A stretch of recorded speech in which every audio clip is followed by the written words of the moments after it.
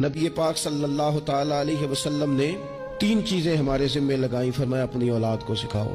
یہ باپ کے ذمے لگائیں ہیں حضور نے چیزیں, ماں کے ذمے لگائیں ہیں. فرمایا یہ اپنی اولاد کو سکھاؤ. 3 چیزیں. یا رسول اللہ صلی اللہ علیہ وسلم کون کون سی؟ فرمایا ایک تو اپنی اولاد کو اپنے نبی کی محبت سکھاؤ. اس کا مطلب ہے ابا کو نعت پڑھنی چاہیے نا, اس کا مطلب ہے اماں کو نعت آنی چاہیے نا, اس کا مطلب ہے حضور کے قصیدے یاد ہونے چاہیے نا, اس کا مطلب ہے نا کبھی بازو تھام کے باپ کا نا پتر چل آج فلان جگہ تجھے لے جاؤں وہاں مدینے والے کی باتیں ہوں گی. اس کا مطلب ہے کہ اسے باپ کو ان سارے رستوں کا تعین تو بیٹے کا بازو تھام کے اسے کتنی جگہوں پہ لے گیا ہے.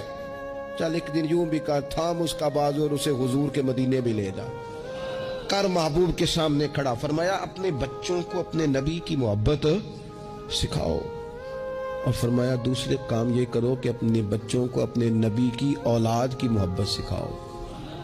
سکھائی حضرت عمر نے جناب عبداللہ ابن عمر کو محبت, تو پھر انہوں نے محبت کی. اپنی اولاد کو اپنے نبی کریم کی اولاد کی اہل بیت کی محبت سکھاؤ. اور تیسرا حضور نے ذمہ لگایا کہ اپنے بچوں کو قرآن پاک کی تلاوت سکھاؤ. یہ ماں باپ سکھائیں, پہلے خود سیکھیں پھر اپنے بچوں کو سکھائیں.